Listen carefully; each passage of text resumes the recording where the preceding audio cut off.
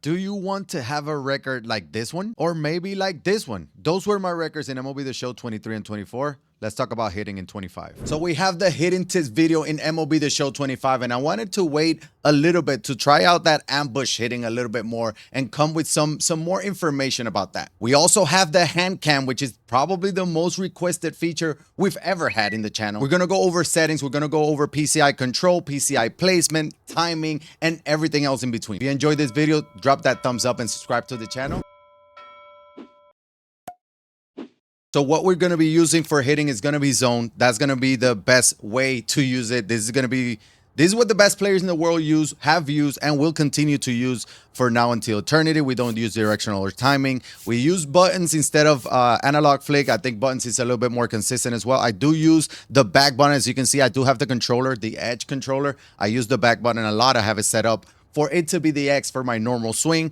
If we scroll down, we have PCI anchor. We're going to talk about that a little bit later on as far as like PCI, pre-PCI, where to move the PCI, how to avoid jamming the PCI and all that good stuff. So we'll talk about that later. We'll leave all of the matchups middle center for now. The same thing for the PCI anchor dots. We'll talk about that a little bit later on. As far as the PCI settings, I am using the bat. I mean, I've been defending the bat since they implemented it into MLB The Show, and I think it's because of the consistency. The bat will bring consistency to your game because the PCI size won't change, right? It won't change based on the hitter you're using. It won't change based on the pitcher you're using. It won't change based on the difficulty that you're playing on. So I think the bat is going to be the most important thing. You can add PCI inner and outer if you want to use it at black and 50% opacity, but that is going to be up to you. Now, you do have to use the PCI that works for you. I like using the bat alone, black and 50%, because it kind of blends in, it kind of loses it a little bit. I would tend to get distracted if the PCI is too bright, too big, if there's too much going on. I start looking at the PCI instead of looking at the release or the pitch.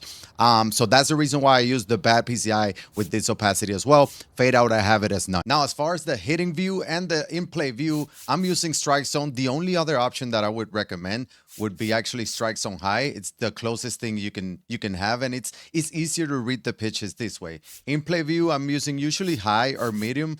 I think dynamic looks a little bit cooler and the other ones look better, but it's easier to see if the ball is actually going to fall when you hit a ball into the gap, or if the outfielder is going to get there if you're using medium or high. If you still play in a TV, if it's not a gaming TV, then you should be playing on a monitor. Just switch to the monitor. You will see the difference immediately. Let's say you're making 600s on a TV. If you switch to a monitor, immediately you will become a World Series player and reach 800. It's 800 this year. So that will be a big difference, and the immediate change, that's probably one of the most important things that you can add to your equipment. Number two thing, we have it here on the hand cam, control freaks. We have control freaks and precision rings. We have them both. We have them both right here. You can use code YeYo at checkout for 12% off. Currently, as you can see on my controller, I'm using the Little Man control freaks with the precision rings. He has a bundle. Go buy the Little Man's bundle. He's cracked, and it helps out a ton. It's very comfortable, but you can use code YeYo at checkout. It's a win-win situation right there for my boy AJ. But yeah, these are very similar to kind of like the CQCs that I have as well.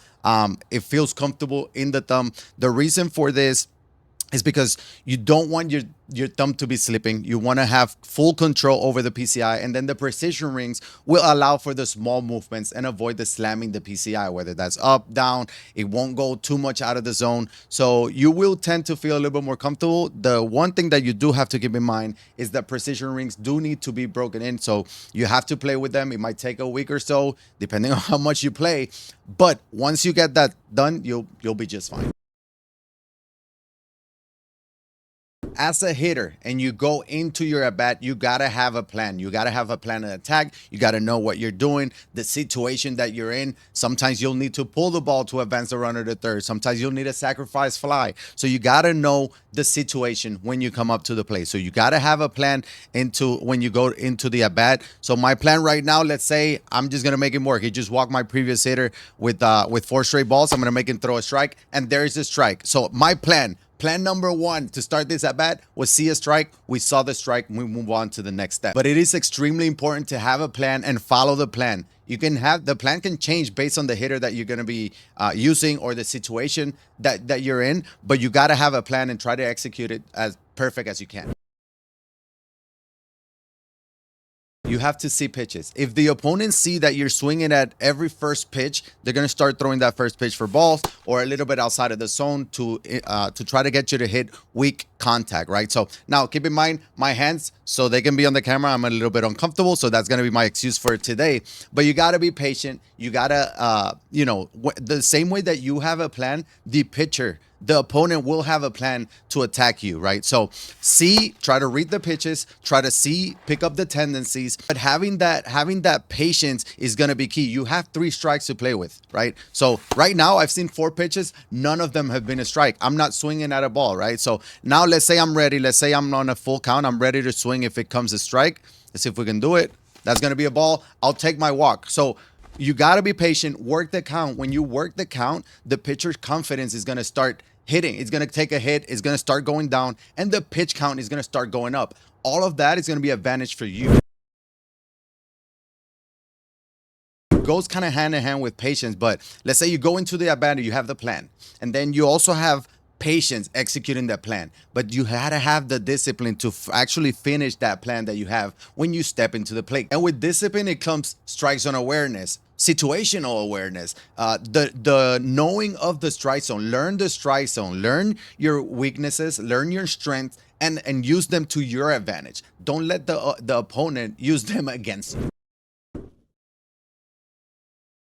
Similar to Barry Bonds, he's had videos talking about he gets the bat and he turns it into the catcher's mitt to catch the ball. So he's catching the ball with the bat, and the same thing we do in MLB The Show. So what I'm going to do, I'm going to go to practice. I'm going to make sure that all the pitches that we see now are strikes. And what we're going to be working on right now is catching the ball with the bat. So I'm going to take my hand off, or you can just leave it here and not swing. But we're catching the ball with the PCI. Fastball down the middle, we caught the ball with the PCI. Right now with the bat is our PCI, right? So we're comfortable here. We're catching it. We're catching it. Small movements. Let the ball travel. Let the ball get to the strike zone before you actually swing. Obviously, we're not swinging right now. This is just a practice method. Boom. We're catching it. We're catching it. The more comfortable you get at that, even doing this will make you a better hitter. So we're catching the ball with the mitt. So we're using our left thumb for the left stick, but it's also the catcher's mitt. And then we'll start incorporating the swing, the timing that is going to come with it. So let's take one more before we start swinging. Boom. We caught that. That was a 2-seamer. I am using, I'm facing Clay Buchholz. That's a very popular pitcher right now, free from the team affinity for the Red Sox. And I'm using with Beltran. So right there, I was a little early, but I was able to get the PCI close enough to the ball. So now let's see if we can put up a couple swings and start hitting the ball. There we go. PCI was there. It was perfect timing. It should be a home run. And it went foul, but that's fine. We're not focused on the result right now. We're trying to catch the ball, and now we're implementing the swing. We caught the ball, and we implemented the swing. That is a good warm-up exercise where you're just catching the ball, because it will help with timing as well. So let's try one more time. Can we go 3 for 3 on perfect? And we cannot, but the PCI was there. The timing was not. So D-pad down on practice mode is to reset the play, so it makes it a little bit faster. Let's get one more swing. That was a good PCI swing, good inside out, a little just late. So that is the catcher's mitt glove method. Again, you're catching the ball with your left stick, you're tracking the ball, and then you're implementing the swing for the timing part of it. We got to talk about ambush hitting now, because it can be very good for you. Now, for me, I think it sometimes messes with me, but let's say I'm picking ambush hitting. I think we do have, obviously, there's a good benefit of it right now. I'm ambushing inside. My plan right now is if the ball is outside of the ambush, I'm going to try to not swing at it. All right, so we're waiting hit. And we'll talk a little bit about ambush now. Every pitch is going to be a strike, because that's how we had it set up. But we're waiting for a pitch to be inside the ambush zone and try to hit it. That one's inside. We got a perfect. So the way ambush works is that you're going to select one side of the strike zone. How do you do that? It's going to be up to you. I try to stay away from ambushing with 2 strikes, because when you guess wrong, there will be a penalty on that. And the penalty is that the PCI will shrink 2 difficulties harder, right? So if you're playing on All-Star and you select the wrong side of the ambush, the PCI will be on legend, and the swing timing as well. So making it a little bit harder to hit. If you guess correctly, you bump up, you get a benefit or a boost on the difficulty by 1. So if you're playing on All-Star, then the PCI becomes like better and difficult. I have seen some higher exit velos, and that's probably because of the swing timing. So let's keep swinging with ambush. I'm gonna go outside now. Now you got to keep in mind that if you're ambushing outside, you want to go with it. You don't want to do what I just did there. If you're ambushing outside, you want to go to the opposite field, because that's kind of like, you want to go with the pitch right there. Pitch outside, we went with it. You got to sit back and wait for it. But ambush is going to be one of those things where you got to practice it. You got to create that discipline and patience as well, because if I'm ambushing on a 3-0 count, let's say I'm 3-0 inside, if I don't get the pitch I want, I'm not going to swing at it. You don't have to swing at it. That's when patience and discipline will come in as well. But if you see that you're able to pick up a ton of tendencies from your pitcher, use it to your advantage. If you know what pitch is coming, use it and try to take advantage, because you will see better results when selecting the right ambush zone of hitting. Let's try to get one more.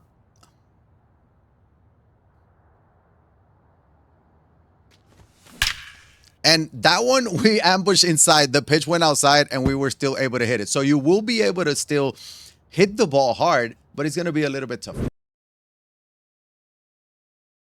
The big one. This is the one that everybody's always asking. Where do I start the PCI? How do I avoid slamming the PCI? All that good stuff. So let's talk about it.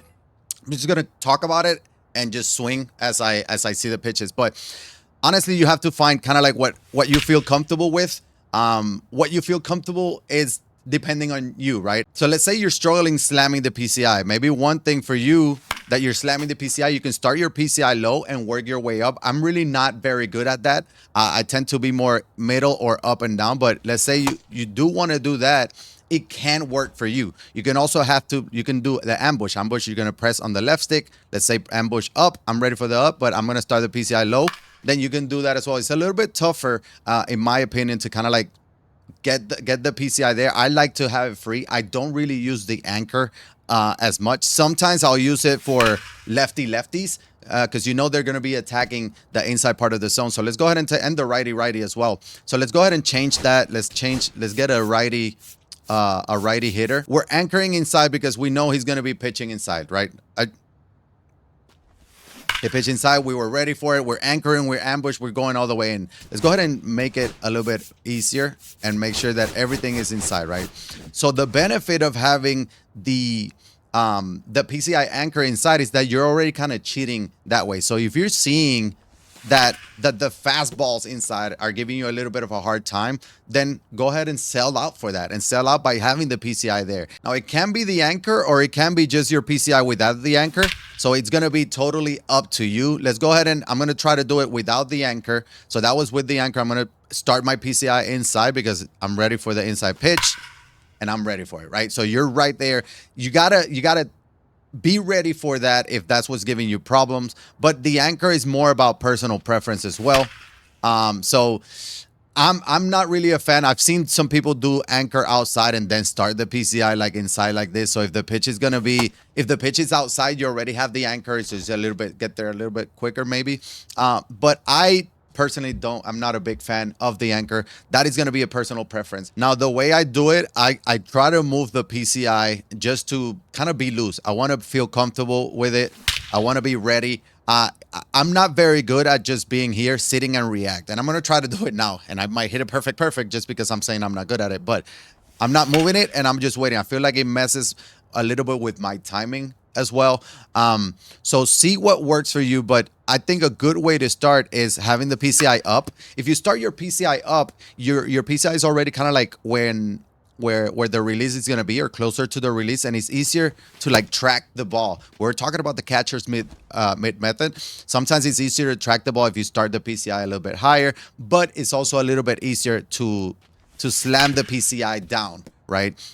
So you have to keep that in mind. So the most important thing with the PCI placement is going to be what you feel comfortable with. I do tell people to be consistent with it. If you're picking a style, try to pick that style and master it. Let's say I'm going to start up, then try to master that PCI starting up. If you're starting it down, the #1 player in the world, Frosty, starts his PCI down here and he's mastered that. So master the way that you're gonna pick. Just master it. Keep practicing that method and the one that you feel comfortable. For me, I'm more like loose and small movements before the pitch comes in, and I started a little bit higher, and I'm ready for it that way. And I touch a little bit on it. The way I like to control it is I do put a little bit of pressure here, as you can see on my left thumb. I'm not gonna be swinging. I'm putting a little bit of pressure to make sure that I'm not having those big jerky movement like this, right? I'm trying to do small movements and be super precise with my PCI movement, right? Now we know that a lot of the times in online gameplay they're going to be pitching kind of like in the corners, so you sometimes will have to be moving it quicker, but you want to tell yourself small movements for when you do get those mistake pitches. So a little bit of pressure helps. Obviously the precision rings is a game changer when it comes to PCI control. So adding all of those things will definitely help for your PCI placement and PCI control for when the pitcher coming in. This PCI control also goes in hand with what we talked about, discipline and patience, because you're not gonna be swinging at pitchers' pitches. So, you know, if you're sitting on a pitch inside and you don't get the pitch inside, you don't have to swing at it. You just wait for your pitch. You got to swing at hitters' pitches, not pitchers' pitches. Does that make sense?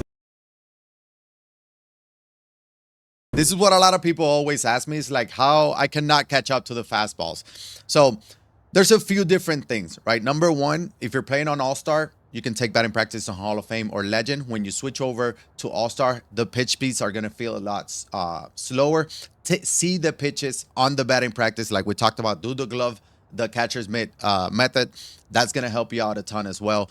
So seeing the pitches at a very much faster difficulty or much faster pitch speeds will help when you play the slower. So if you're going to be playing your Hall of Fame games, you can take BP on GOAT. You can take BP on Legend. And when you switch over, because obviously the offline and the online gameplay experience is a little bit different, it will definitely help. But I did talk about the approach and patience and all that good stuff. I'm always thinking fastball. And I think that's what helps with your timing. You got to think fastball and adjust to the off speed. So I'm thinking fastball. I'm seeing the fastball and then just waiting to react if it's an off speed. That's an off speed. I'd slow down a bit. And it's just like with real players doing real life a lot of the times, right? Like sometimes they'll sit on a slider because they know that's the pitcher's favorite pitch. But you got to be thinking about the fastball, because in MLB The Show, the timing is more important than the PCI placement.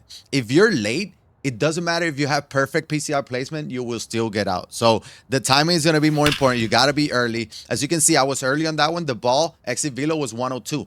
PCI was there, but early is going to be your where you're going to be able to get the most exit velocities. You can see that one, 112. You want to be able to hit the ball to your pull side to get the best exit velocities and do the more damage, right? So thinking fastball, adjusting to the off speed, knowing the pitcher's speeds, right? So I know Buckholz throws about a 95, 96 mile an hour for fastball, but I also know that he has that curveball. So you can see 80 mile an hour curveball. He has the mid 80s, low to mid 80s slider, very slow changeup as well. So you got to know. Let's give it 10.5 to keep it at 10. Is kind of like where do I look when the pitcher is about to release the ball? I'm trying to look at where he's releasing the ball, right? So for Clay Buckholz, I know it's going to be somewhere in this area. So I'm trying to see the ball as soon as I can. Try to pick up the release as early as I can, because that's going to give you an advantage. You'll be able to see if it's going to be the breaking ball or the fastball or the changeup or whatever the case may be. It's easier to see it as if you can pick it up as early as possible. And I talk about the PCI, how I like the bat in at 50% opacity, because I do get distracted. I will start looking at my PCI and kind of like secondary is the pitch. No, the primary thing that I have to look at is the pitch. I have to forget about the PCI. That's why some people even turn off the PCI, and it works for them. That allows them to kind of focus on only the pitching, right? Only the pitcher, only the ball, not even the PCI. They already know the PCI movement because they're controlling it with their left stick, right? So that is one thing that I try to do. And honestly, just practice, play the game. Don't be afraid to go online and play. Don't be afraid to play the Diamond Quest on Legend. It's very fun. Play on legend, get better. The only way that you're going to get better at the game is challenging yourself. Going out, playing better opponents, going out and putting the time in as well is gonna make you a better player.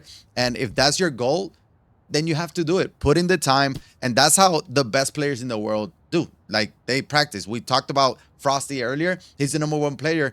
He also has a ton of more games than a lot of people. He's putting the time, and he does it every year, right? A lot of the top players have the most amount of games, and that's what we see. This is not even counting friendlies. This is not even counting the custom practice time that they put in. Put in the time, and you'll see the difference. I remember I started playing Diamond Dynasty in MLB The Show 17. I wasn't able to make World Series until the very end of the game cycle, but I played over 1,000 games that year. So playing the game is what made me a World Series player, and it's made me better the last few years as well. Now, when it comes to hitting, there's a ton of different tips that we can do. I only wanted to do 10 and talk about certain things. If you want me to expand on certain topics, just let me know down in the comment section below. Drop a like, subscribe to the channel. I will have more tips video on pitching, on budget and the market, all that good stuff that you guys have been asking. How do I make stubs? How do I get better at pitching? How do you pinpoint? We'll talk about all of those in future videos, so make sure to turn on that bell so you get notified when we do upload those videos. I think that does it for the hidden tips video for now.